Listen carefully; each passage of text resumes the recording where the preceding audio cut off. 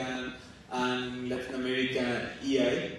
So please, can you share each of you one specific example of an important or a reference startup in the EI ecosystem, and which are the key points that make them relevant? Please. You can start first Laura, Luis, and Fernando. Later we can change the order. I'll start with a local one. Back in 2018, we invested for the first time in Cryptos, which is Ecuador-based, Ecuador-founded company that uses machine learning to automatically find and label key documents inside of large organizations. They help with data governance and with cybersecurity of large banks and large institutions. I think they're relevant because you don't necessarily think of those types of solutions coming out of Ecuador, but they did, and they quickly expanded through all of Latin America, and now they're one of the leading players in the data governance space using machine learning. Thank you, Fernando. Luis? Thank you. I will mention two where Alaya invested. The first one is Enlai. They are from Argentina. Some years they raised $700,000. They work with artificial intelligence for analyzing medical images to reduce costs and improve the accuracy in the diagnostic. Another one is Muba, that raises 21 million. It's a last mile logistic platform. Nowadays, they are present in more than 6 Latin American countries. And I was also going to mention another one that's Cryptos from Ecuador. We do not invest there, but I was helping them as a CFO. Thank you. Thank you. So there's one that I'm very excited about now. It's called Credit AI, which essentially uses artificial intelligence to improve credit ranking systems. They started from within Ecuador as well, and they're trying to find alternative ways to improve those credit score systems for people who traditionally have lower credit scores. And I think this is really exciting because it also has the social impact factor, which is something that we look for a lot in our investments throughout our organizations.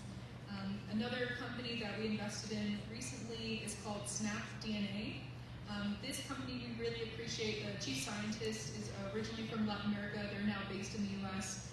But what's really cool is that this company actually underwent about 20 years of research and development before becoming a startup. So they were really focused on research first and wanted to develop a product that would have USDA clearance. Essentially what they do is they allow for in-house food pathogen testing and identification through and at manufacturing facilities, so that you don't have to send out samples to a lab. So this reduces time to identification, reduces costs, and allows for that speed and efficiency that you might need when having something like a ton of produce coming through your food manufacturing facilities. And so I really love this company because of that. Additionally, will allow for impact not only for sustainability, but then also improvement for people not getting sick through consuming these foodborne pathogens, and for saving money for the environment and reducing waste from having to throw away all of these food products. Another great company that we invested in recently is originally from Venezuela. They also went through Y Combinator.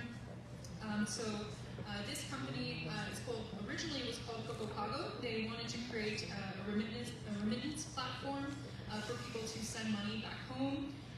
Once they went through Y Combinator, and they found there are many more opportunities to essentially help people connect to resources and services locally. They then expanded to become Coco Marketplace.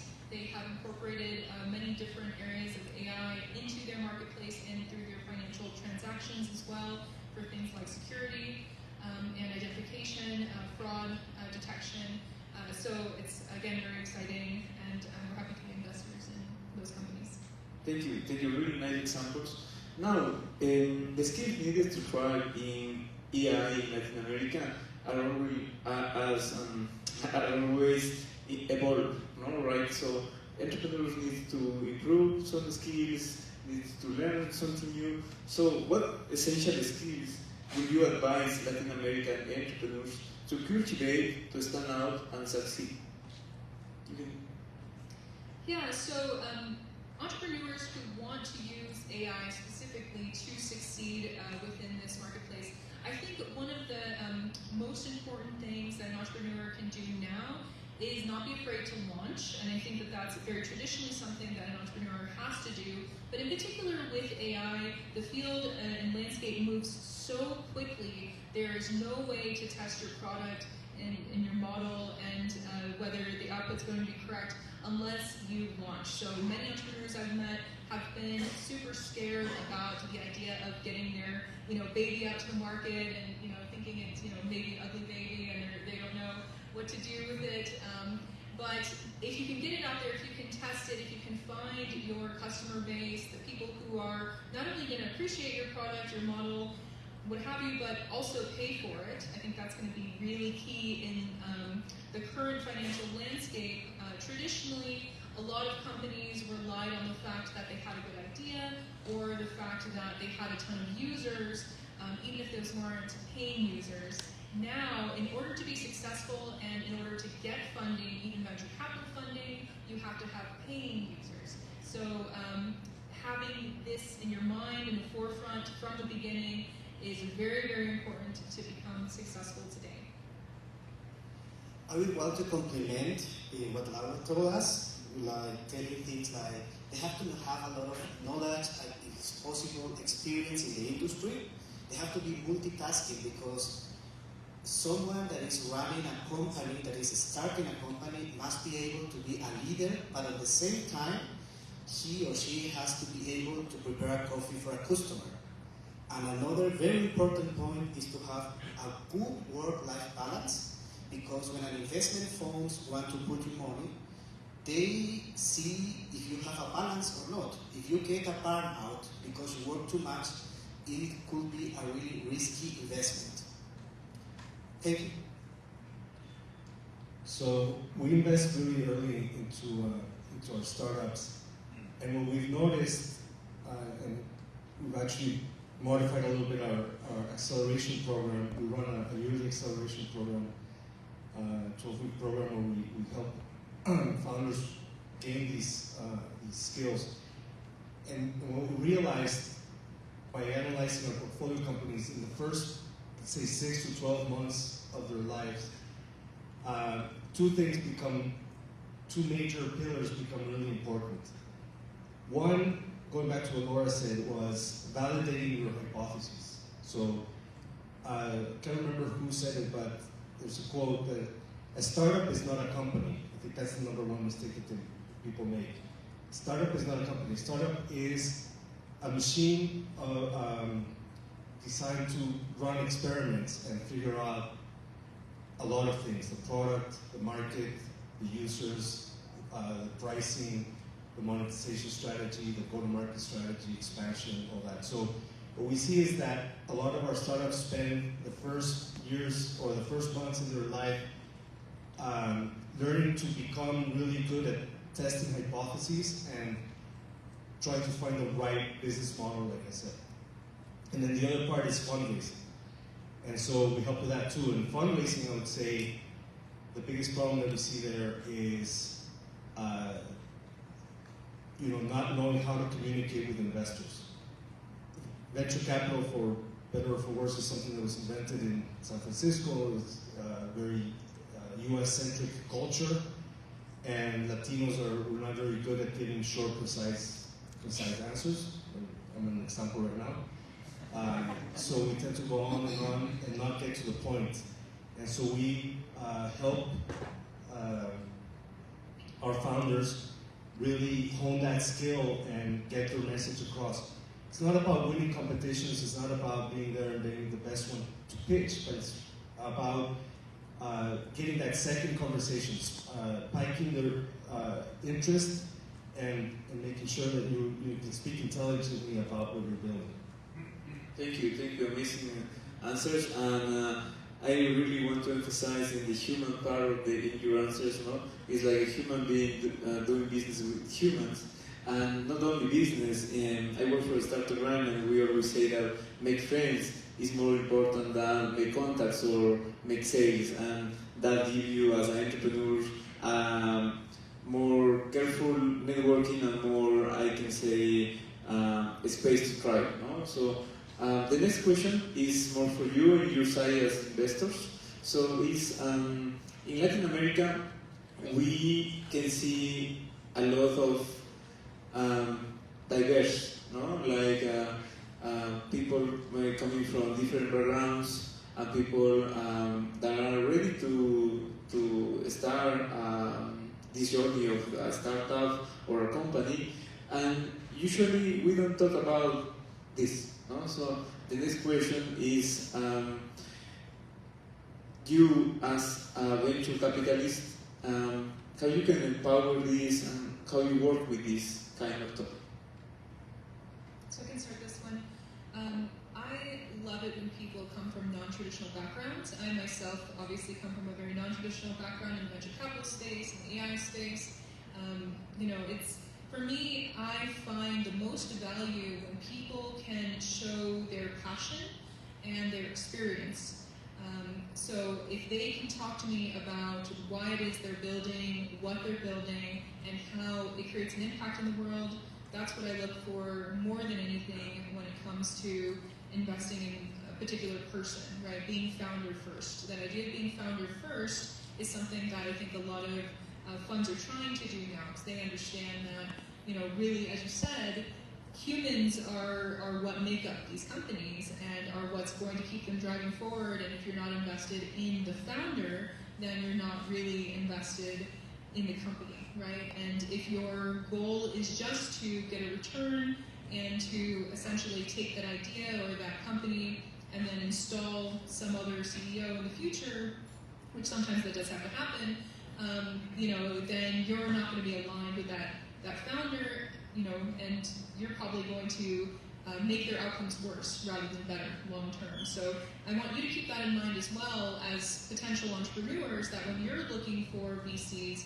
to partner with, you want to make sure you partner with a venture capitalist that has your best interests in mind, is genuinely into you as an individual, respects your ideas, and respects you for being the founder of the company.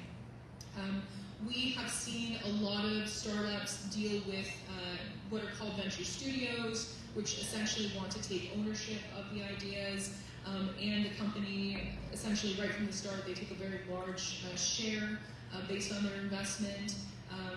That's fine when they are one of the co-founders, but when they're not one of the co-founders, it actually ends up crippling the company a lot. So when it comes to diversity, as you mentioned, just going back to the original question, having that interdisciplinary background, not just ethnically, right, or from where you're born or from where you're coming from, but also in the way you think about starting your company, who you partner with, right, understanding different landscapes and ecosystems, right, to apply AI to any industry, any field.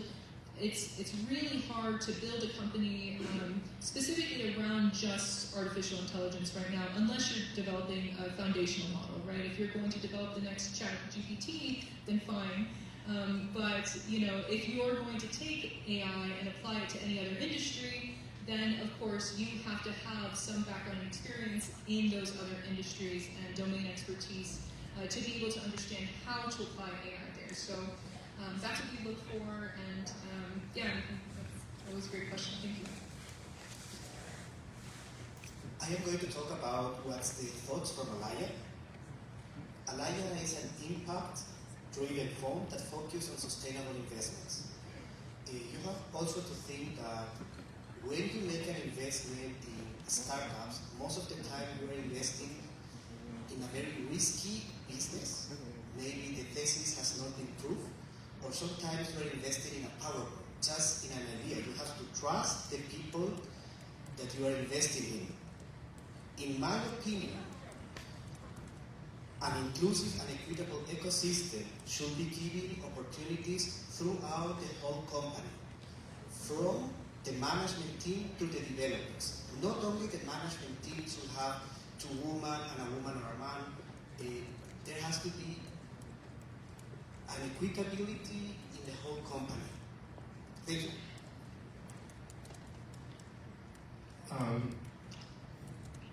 So we approach this a little bit differently. We realized through comments from our founders that we had a very diverse portfolio. That founders in our portfolio didn't look like founders in Mexican VC fund portfolios. I know for a fact that there are some VC funds that screen for the founder's ability to raise a Series B from American investors, because there's no Series B, there's no later stage VC investing, or very little later stage VC investing in Latin America. So that has tended to mean that VC-backed founders in Latin America look very similar.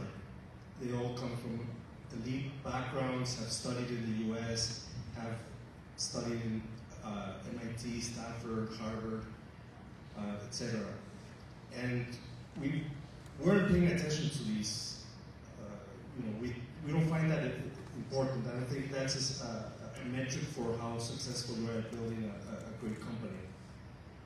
But what we did find was that we want to partner with people that share similar values and a similar culture to us. So we actually actively screen and measure for web-driveness. Web-driveness, I'm going to explain that, but we're actually working right now with the University of Pennsylvania to develop an index and a way to formally measure this. But some of the key characteristics, we want to invest in people that are givers, not takers. So similar to the early days of Techstars where they had hashtag give first. Why? Because people that are not necessarily always trying to extract as much value in each transaction tend to think more long term. And this is a long term game. Funds have a finite life, but hopefully companies will last forever. And so we can't invest in transactional people that want to take advantage of each negotiation as if it was a zero-sum game. And we look for other things, obviously grit, where they've started and where they are now and stuff like that. So by looking at these other different metrics and different characteristics, we ended up building a very diverse portfolio. And so, we've also incorporated other things. We're trying to make sure that there's diversity in complementary skills within the team, because a single person can't always build a great company. And obviously, we were very invested in, very interested in investing in female founders. So that is one thing that we also actively measure, is the number of female founders in our teams. Thank you. Very glad to hear these answers. I know that the conversation is this transition where female founders, underrepresented founders are the key point to see or seek in investment. And now, with this kind of positive thinking, we are going to talk about something of positive impact. So, positive impact is quite new for me also. I've been in this industry 5 years, creating a community, and as Fernando says, giving first and help others before yourself is quite a long-term vision and help us to improve. And positive impact, I think, is the same. It's like, it's not just to make money, it's also more to help others, no? And change the realities and close the gaps maybe. So, can you mention programs or initiatives that lead that way, and you can explain more what you choose that examples, please? You're the impact investor. we don't take, we don't screen for social impact. We're not a social impact fund. Not because we don't want to have impact in Latin America, but I think that by just investing and bringing the venture model into Latin America, and investing in talented founders that are building great companies in a country, in a continent like Latin America that has traditionally depended on the export of commodities, is already impactful enough. And at least in my experience, when we've tried to raise money from institutional impact LPs or limited partners or foundations, endowments, etc., that have an impact, everybody comes with their agenda, and everybody understands impact differently, and they want to measure different things and make sure that you invest in companies that impact different areas. And I just don't think that that's the best way to optimize your fund's returns and performance, and to actually have the impact you want to have, right? Because you end up making decisions based not on what a great team it is and what a great opportunity it is, but on checking the box that your LPs have asked you for. So, but obviously, I don't want to be the Grinch here. I mean, we do see ourselves as impactful, and we only invest in startups where we think that they can move the needle in Latin America. I think the problems in Latin America, both economic and social, are so huge, are so important, that we want to see people that are tackling the biggest challenges, because I think that's where the biggest opportunities are. So we tend not to invest in gaming. I'm sure my kid, or my 15-year-old will probably disagree with me on the impact of gaming, but we stay away from entertainment and things that we don't see are moving the needle economically in Latin America. I think the startup world is very collaborative, and when you are an investor or you are a fund, you are building a family, and you need to have good communications with them, because you will go on a long-term partnership for some time. In the case of Alaya, we have a yearly summit, the Alaya Summit, where we have some investors or LPs, as well as some company portfolio companies, so they can talk with each other. Last year it was in Uruguay, this year it is in Cusco. So you have the possibility to talk with family offices from different countries and expand your networking and see if these people can help you. Because what I have seen as CFO, giving the service as CFO as a service in the startups, is the only area that I have seen here in Ecuador where people are helping each other and giving them the hand. Sometimes they just ask you, companies that are not my customers, just call me and tell me, how can I do this? And you just give an answer. In other areas, you don't see this. Thank you. So, as you said, yes, we are an impact fund, but it's funny, I've been working within the impact space for a long time, both in the nonprofit and for-profit world, and for a very long time, the word impact was almost like a dirty word, right?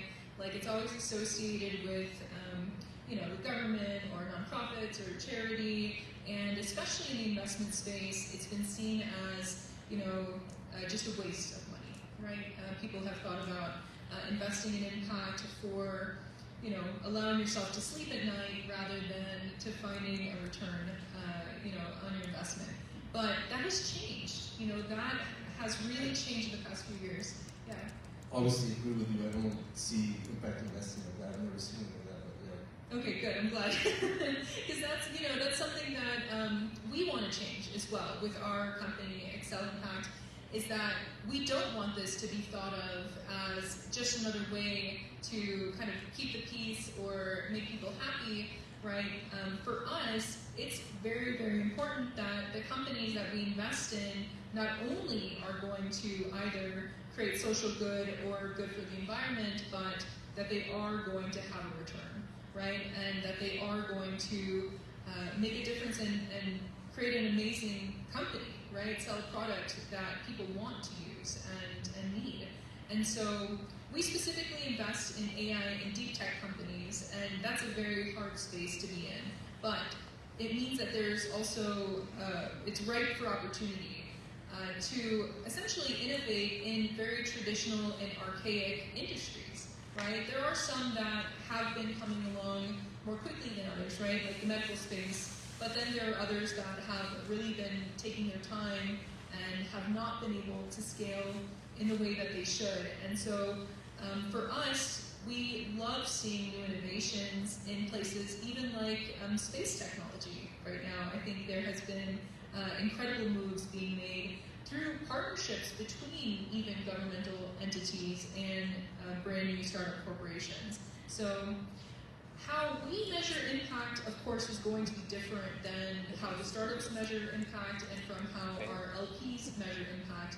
But that's not necessarily the point, like you said. Like, everyone's going to come with their own value, they're going to come with their own ideas around their KPIs.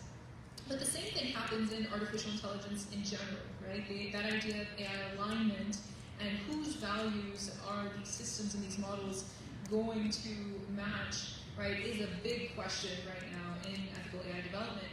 So why should investing be any different? For us, it's more important to ensure that the people who are building these companies and these products are using AI in a way that isn't harmful, right? And that they are trying to solve real problems, right? And more than anything, that's how we measure impact in the companies that we invest in. Thank you. And I appreciate your point of view, like the both sides is quite interesting. I personally think that also as the conversation is changing to diversity, equity, and inclusion, the conversation is changing to bootstrapping and prices, opportunity in the market, and something more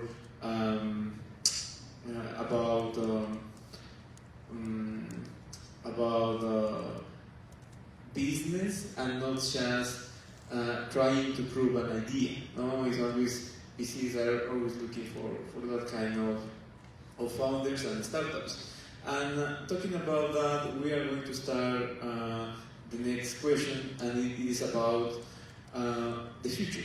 No, which are your predictions about AI and the kind of industries or startups that you are going to see in this next future, and or you are scouting right now? Would be grateful also. Thank you. Startups will generate a positive impact in Latin America economy and society. The IT gap in Latin America is significant. This can create a future of success stories. In my opinion, there is a great opportunity in traditional companies if they have the possibility to automatize or to get access to manage the large volume of historical information, because this is a very valuable asset that has not been used. In Alaya, we are also taking a look to logistics, last mile logistics, Web3, and areas not much EdTech, food tech we are in, and that will be it. Thank you. Please, Fernando. So what we're starting to see is a lot of just, what we're starting to see a lot of, and what we don't like to see is the companies that just use the buzzword, right? The same companies that were crypto 2 years ago are now AI, and it's basically just whatever with a ChatGPT layer on top, right? With the OpenAI API connection on top. So we don't see much value in that. I think those could be some nifty features sometimes. In AI, it's really, our framework is the technology is a tool, right? It's not the end in itself, it's just a means to an end. So we get excited about things where AI is the right tool to solve a really big problem. That's basically it. And I think by using that framework, we avoid a lot of the buzz, and we might pass on a great opportunity because we don't see it, but if I can't understand why you're using either AI or blockchain or whatever to solve that particular problem, why blockchain when you can use Postgres or MySQL? It's the same thing. So we are starting to see a lot of these AI companies, I think, that are just, an overlay of ChatGPT. If I'm gonna get excited about an AI company, I think it has to come with very deep technical expertise, proven expertise from one of the founding members, and a conviction that this is a necessary tool that's going to solve a particular problem. So I have to echo your sentiments completely. For us, especially working within the AI deep tech space, we love seeing solving problems that reduce complexity, right? So especially when you're looking at the hard sciences, traditionally solving these problems takes many, many little steps, and it takes a lot of reasoning, it takes a lot of strategy, and it takes deep understanding of the technology. So where we've seen a lot of advancements recently is the application of especially reinforcement learning ideas to things like generative AI. I know Q-Star Learning's been around for a while, but I think it's now coming into the fold with startups as well.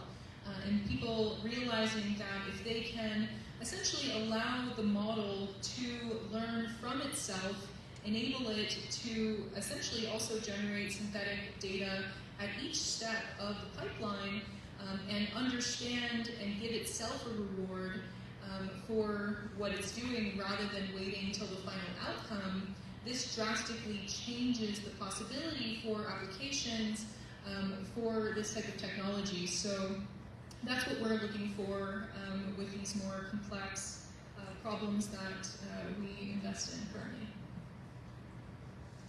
I'd like to add just one more thing that I forgot. In general, also, we like solutions where AI complements the human. It's not trying to replace the human. We've never been fans of this, we can just get rid of all your workforce because AI is going to do it. So yeah, whenever it augments the human potential, we like that. Thank you for your answers. So now we are going to open the floor for questions. If anybody have a question, please raise the hand and we will bring the microphone. Any question? No? So we can continue with, I have two more questions.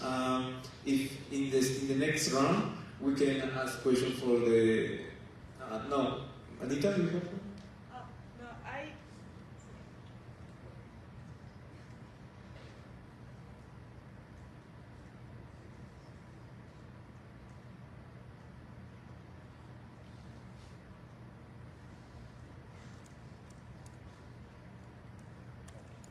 I just wanted to say that in the panel before, when we talked about careers in AI, of course we see that there was a lot of limitations based on your geography and because of the PhD things and all the stuff. But and we said, the panelists mentioned that there was other paths and other roads where you can do AI as a career. I think this is a very good path to consider if you feel that a PhD maybe is not for you.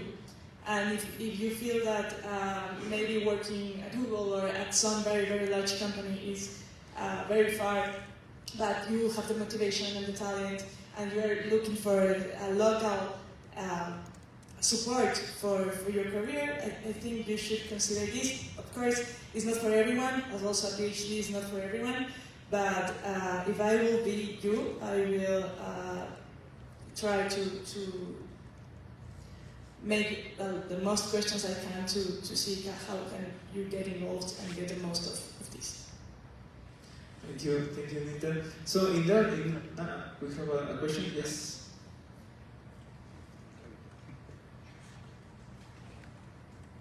Hi, thank you so much for all the information that you shared. It was incredibly valuable.